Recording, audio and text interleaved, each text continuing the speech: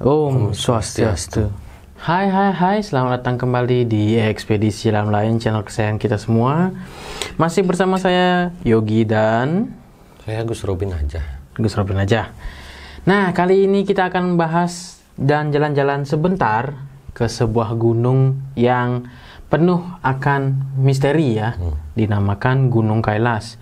Yang menurut kepercayaan agama Hindu, Gunung Kailas adalah tempat atau rumah tinggal untuk Dewa Siwa gitu ya, Gus Robin ya. Nah, sebelum itu seperti biasa saya ingin mengucapkan terima kasih buat teman-teman yang sudah share, subscribe, like, dan nonton video-video kita. Dan juga buat teman-teman yang sudah menunggu episode kita gitu, yang selalu setia menunggu gambar wajah kita berdua gitu ya. Nah, langsung saja Gus Robin ya. Kita akan menuju ke Gunung Kailas menggunakan Google Maps ya, Google Earth. Nah, ini adalah Google Street View-nya Gunung Kailas ya, tepat ada di tengah-tengah itu adalah Gunung Kailas. Saya tidak kurang tahu sih ini di bagian utaranya apa di bagian selatannya atau di bagian mananya gitu. Yang jelas apa yang terlihat di tengah-tengah itu adalah dinamakan Gunung Kailas, merupakan gunung yang misterius bagi beberapa kepercayaan gitu ya. Tapi sebelum lebih jauh lagi, saya akan membacakan sedikit informasi ya tentang Gunung Kailas. Pegunungan Himalaya dikenal sebagai salah satu tempat berkumpulnya puncak-puncak yang penuh pesona dan tantangan. Selain Everest, pegunungan Himalaya juga memiliki sederet puncak gunung lainnya. Bahkan ada pula puncak yang dianggap sakral dan tidak bisa didaki manusia. Nama puncak gunung tersebut adalah Kailas. Dirangkum dari berbagai sumber, Gunung Kailas bermakna berlian salju yang berharga.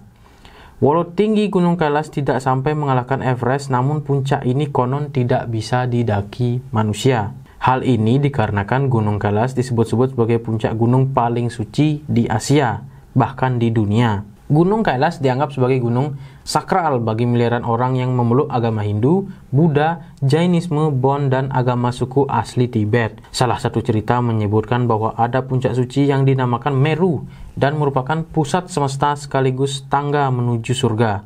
Seiring berjalannya waktu, Meru pun diasosiasikan dengan puncak gunung Kailas di Tibet. Kemudian ada pula kepercayaan agama Hindu yang menyebutkan bahwa Gunung Kailas dapat menghapus dosa seumur hidup serta memberikan perlindungan dari roh jahat. Penganut agama Hindu juga percaya jika puncak Kailas adalah tempat tinggal Dewa Siwa. Meski tidak bisa didaki, para penganut agama Buddha biasanya akan melakukan perjalanan mengelilingi Gunung Kailas. Serupa dengan agama Hindu, agama Buddha percaya jika berjalan mengelilingi Kailas akan menghapuskan dosa. Nah, itu dia sedikit penggambaran dan sedikit info tentang Gunung Kailas, betapa sakralnya Gunung Kailas ini gitu ya. Oke, langsung saja Gus Robin ini supaya nggak berlama-lama. Sepertinya udah ngantuk ya. Karena ini udah malam juga sih sebenarnya. Ini berhubungan dengan Dewa Siwa atau Batara Siwa ya. Silakan Gus Robin. Saya tanyakan dulu ya. Oh ya, silakan.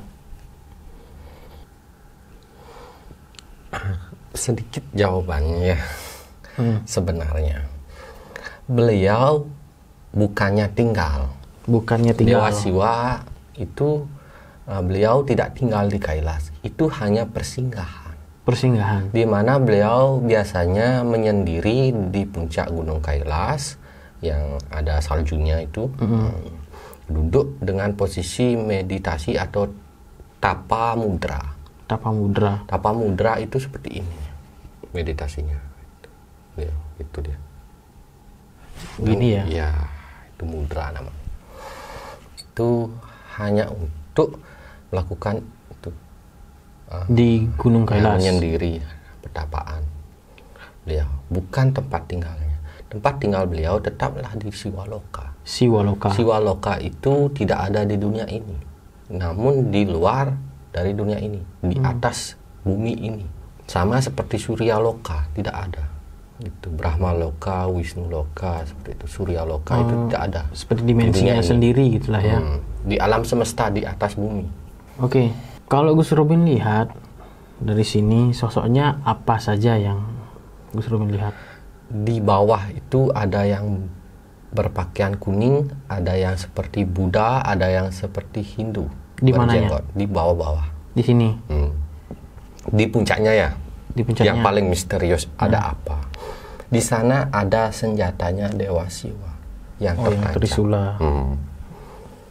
Sering sekali Dewa Siwa itu menaruh senjatanya. Beliau sebenarnya punya 2 senjata. Ya, di bawah 1 dan di sana 1 yang sama seperti itu bentuknya. Kalau orang lihat itu di atas puncak itu ada senjatanya beliau. Dan di atas senjata itu ada lambang Batara Siwa. Di atas senjatanya. Ya. Oke.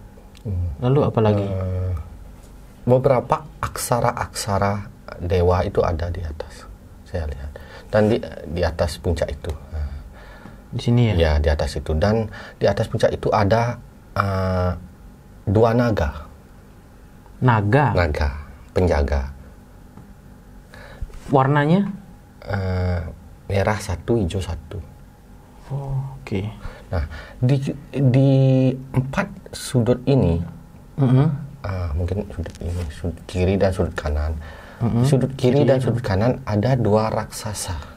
Di sini dan ya, sini ya? Bhakta Siwa, ya. Besar? Besar. Tingginya kira-kira mungkin? Wah, berapa ya? Ratusan meter lah. Oh, besar ya.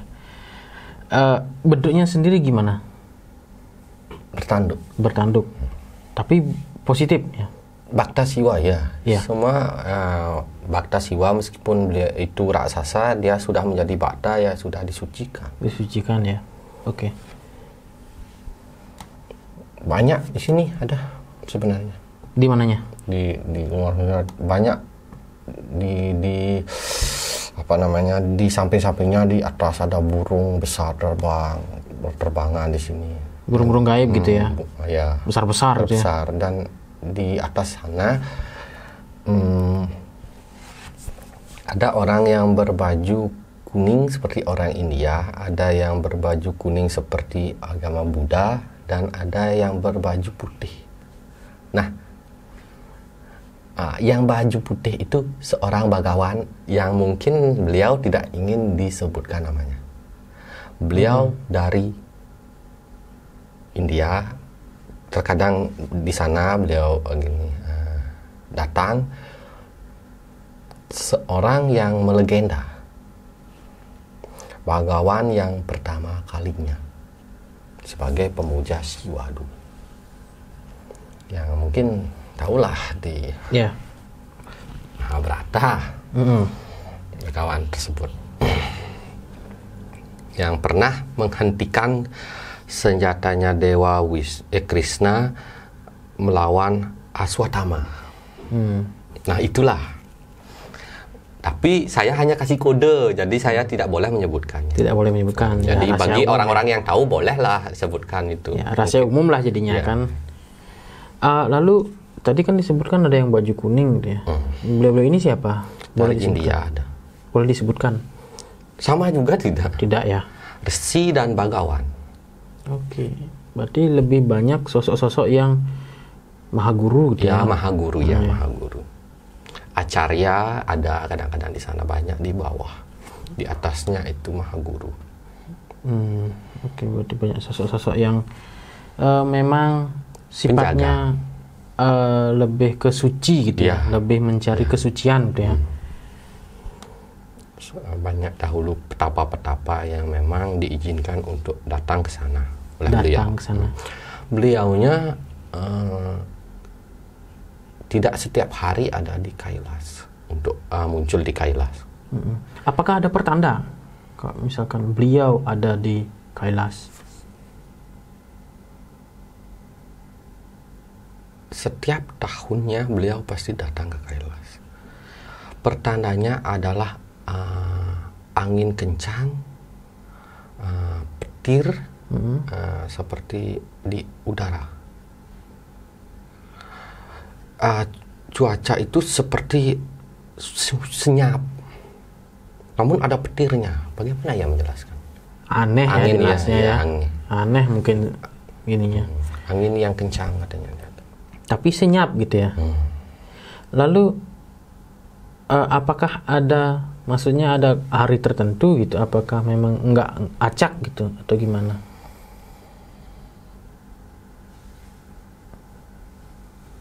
Siwalatri.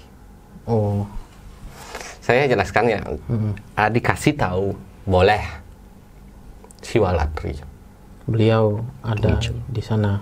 Ketika Siwalatri, beliau ada pokoknya kisahnya tentang beliau dan Betari atau Dewi Parwati ya. Beliau tidak makan, tidak minum. Sebenarnya di Kailas. Di Kailas ya? Pada waktu itu.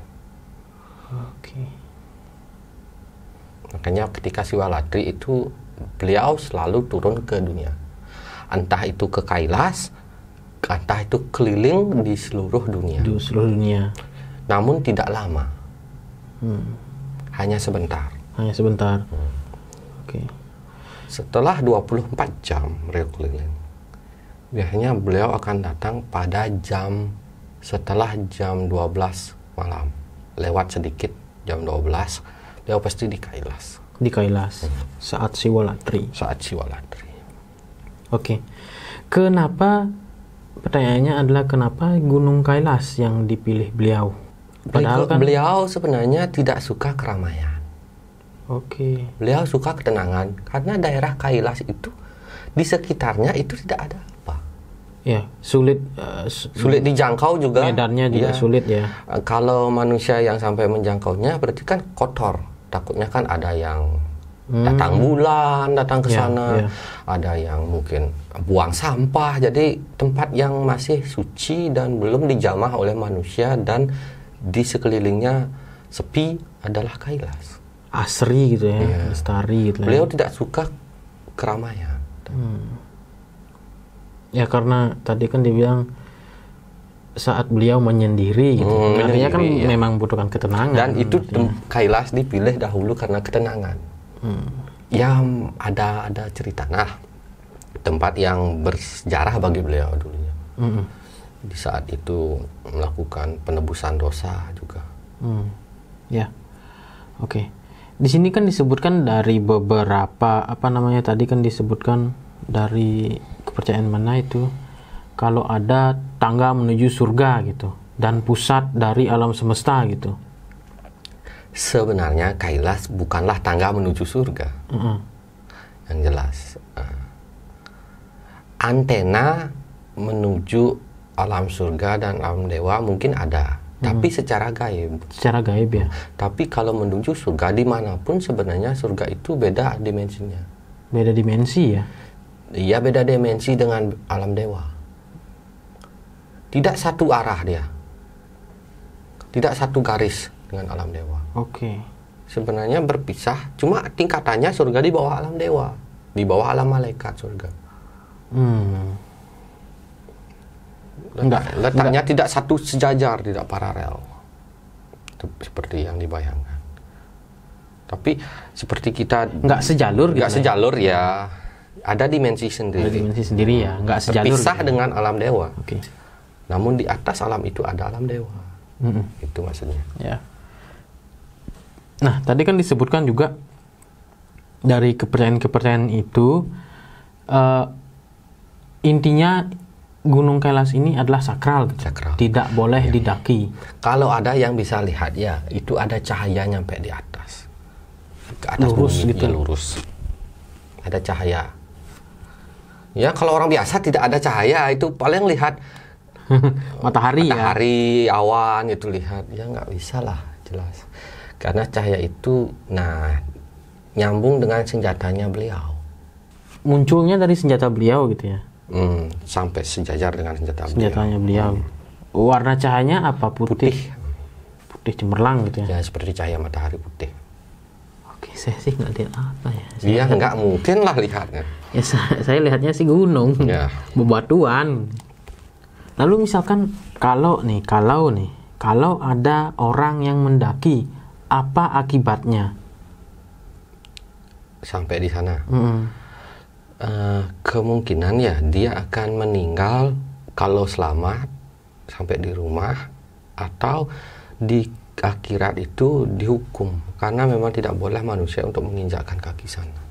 Oke, di puncaknya gitulah ya. Kalau di sekitarnya mengelilingi gitu, boleh berjalan-jalan di bawah, gitu. ya. Karena seakan-akan manusia itu menginjakkan kaki ke tempatnya beliau. Ya belum boleh. Tidak diizinkan. Tidak diizinkan. Ya. Kalau diizinkan kan lain lagi gitu lah ya. Oke. Kita coba berkeliling sebentar ya. Kita cari gambar yang berbeda. Apakah mungkin tempat ya? Jauh lagi. Ini lebih jauh lagi. Tapi ya apa ya? Kalau dilihat secara ini unik ya, lihat ya. Unik. Paling beda gitu lah ya. Gunungnya. Yang lain semuanya memang tanah gitu ya. Tapi ini bersalju gitu. Bersalju dan batunya itu kuat. Kuat sekali kelihatannya. Unik gitu. Kuat sekali gunungnya. Tidak seperti gunung yang memang bisa rontok gitu. Longsor gitulah ya. Ini rasanya kuat sekali, batuannya ini memang batuan luar biasa. Memang khusus gitu ya. Memang ya unik kelihatannya, memang paling beda gitu. Nah, kalau Gus Robin lihat di sini sosoknya apa saja, Gus? Di sini banyak yang petapa-petapa ya, kadang duduk di batu. Ada berapa sosok kah? Banyak. Lebih dari ribuan kah? Ada yang tidak berbaju, hanya memakai sarung seperti itu putih. Ada yang kuning putih. Oke. Ada yang berbaju juga. Berarti pusat perhatiannya ke sana berarti ya? Ke Gunung Kailas. Mengarah ke sana, bertapanya ke arah sana ya. Ini nggak full street view ya, tapi ada beberapa titik yang memang dibuat oleh beberapa pengunjung di sana gitu. Nah, ini lebih sama kayak tadi nih. Tetap unik ya, walaupun berbeda-beda gambar gitu ya. Sama saja. Nah, ini nggak kelihatan sih ini di sana dia ya. Jauh sekali. Kalau di sini gimana sosoknya? Sama juga? Sama, tapi kebanyakan ada kuil-kuil gaib ya. Kuil-kuil gaib. Ada yang Buddha, ada yang Hindu. Ya, kepercayaan yang mempercayai beliau gitu ya. Ya, kesimpulannya berarti gunung ini benar-benar sakral gitu ya. Tidak boleh didaki oleh manusia gitu. Kalau jiwa manusia yang diizinkan boleh. Jiwa. Tapi semasih mereka tubuhnya berbalut dengan badan kasar, tidak diperbolehkan. Ada lagi mungkin Gus Robin pesan-pesan gitu sebelum kita mengakhiri? Ya, pesan-pesan saya sebenarnya kesana atau tidak kesana. Ini untuk mungkin lebih tepatnya untuk penganut agama Hindu ya. Kesana atau tidak kesana. Tidak semua orang punya uang. Bukan berarti kita ke tempat yang disucikan oleh para dewa atau oleh malaikat itu kita akan tertebus dosanya. Memang akan tertebus dosanya, tapi tidak semuanya. Yang akan menebus dosa kita hanyalah perbuatan. Sebenarnya memuja dewa, memuja malaikat atau memuja abdi-abdi Tuhan lainnya itu cukup di dekat kita, dari rumah ataukah di tempat suci yang sudah disakralkan. Ya, di Indonesia banyak tempat suci untuk memuja. Contoh pura kalau orang Hindu. Itu saja. Jadi beliau tidak menginginkan kita memaksakan diri untuk ke tempat suci tapi uangnya itu haram. Nah, itu juga itu kan dosa, nambah dosa jadinya ya gitu. Kita boleh ke tempat sana asalkan itu aman. Maksudnya uang itu ikhlas. Uang tidak karena keterpaksaan. Itu memang benar-benar uang yang memang lebih dibanding yang lain. Kita punya jauh lebih di rumah. Yang utama yang diinginkan Tuhan atau para malaikat dan dewa itu adalah kehidupan kita yang selalu mensyukuri hidup kita. Itu yang utama. Tuh, dengerin tuh. Selalu bersyukur ya. Bersyukur itu yang utama. Nah, bersyukur, ikhlas. Yang mereka inginkan adalah hati kita. Keteguhan hati gitu ya. Keikhlasan gitu ya. Bukan ke tempat yang suci, yang memaksakan diri. Tapi kalau ke tempat suci juga kan auranya bisa membuat kita tenang. Boleh, gitu ya. Namun ke tempat suci tersebut, garis bawah sedikit, harus ikhlas dan bukan karena keterpaksaan. Ya, kalau terpaksa percuma. Karena sia-sia, bukan ya? karena uang Tuhan itu memilih orang. Dewa, malaikat atau apapun jenisnya, mereka abdi Tuhan yang memilih orang lewat hati. Karena saya dahulu pertama kali yang mereka minta, saya nanya apa yang bisa saya kasih. Ditunjuklah hati. Di bagian hati saya mengerti di sini. Di bagian jantung ini ya, mungkin maksudnya jantung dan hati gitu. Di dada, hati, dekat-dekat jantung ditunjuk. Oh, saya mengerti berarti hati gitu. Bukan karena uang, bukan karena kita kepintaran, bukan karena apa. Saya bodoh dulu, gak ngerti masalah seperti ini. Uang juga nggak punya saya dulu. Mau kemana-mana saya nggak bisa. Bahkan di rumah pun sebelum tidur kita memuja yang kuasa, itu bisa lebih hebat daripada orang-orang yang punya uang banyak dan mengumbar-umbarkan saya pernah kemari. Belum tentu. Tuhan memilihnya. Ya, intinya Tuhan bukan karena uang, bukan karena kekayaan. Keikhlasan hati. Keikhlasan hati yang itu yang utama. Tuhan memilih orang itu dari ikhlas, itu saja. Jadi jangan bersedih bagi orang-orang yang belum menginjakkan kaki di tempat-tempat suci agama manapun.